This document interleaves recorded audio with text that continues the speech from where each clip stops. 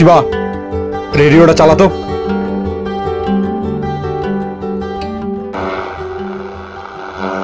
প্রয়াত সঙ্গীত শিল্পী জুবিন গার্গ সিঙ্গাপুরে দুর্ঘটনা, আর যার জেরেই তার মৃত্যু। হাসপাতালে তাকে নিয়ে যাওয়া হয়, চিকিৎসা চলছিল, তবে তাকে বাঁচানো সম্ভব হয়নি। সিঙ্গাপুরে স্কুবা ডাইভিং সেই সময়তে বিপত্তি, আর যার জুবিন স্যারের মৃত্যু, সঙ্গীত শিল্পী জুবিন গার্গের মৃত্যু। এটা তো আমি ভেবেই পাচ্ছি না। এর থেকে হয়তো যুদ্ধক্ষেত্রে গুলি লাগলেও এতটা কষ্ট পেতাম না যতটা ওনার মৃত্যুর খবর শুনে পাচ্ছি। উনি আমাদের সেই ছোটবেলার নস্টালজিয়া সিঙ্গার।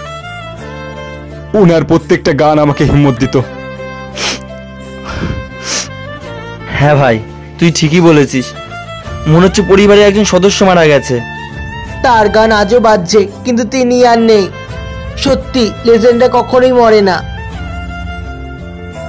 পৃথিবীতে এমনও কিছু মানুষ আছে যারা আমাদের ছেড়ে চলে গেছে, কিন্তু তাদের কাজ আর ভালোবাসা আমাদের মনে এখনো রয়ে গেছে।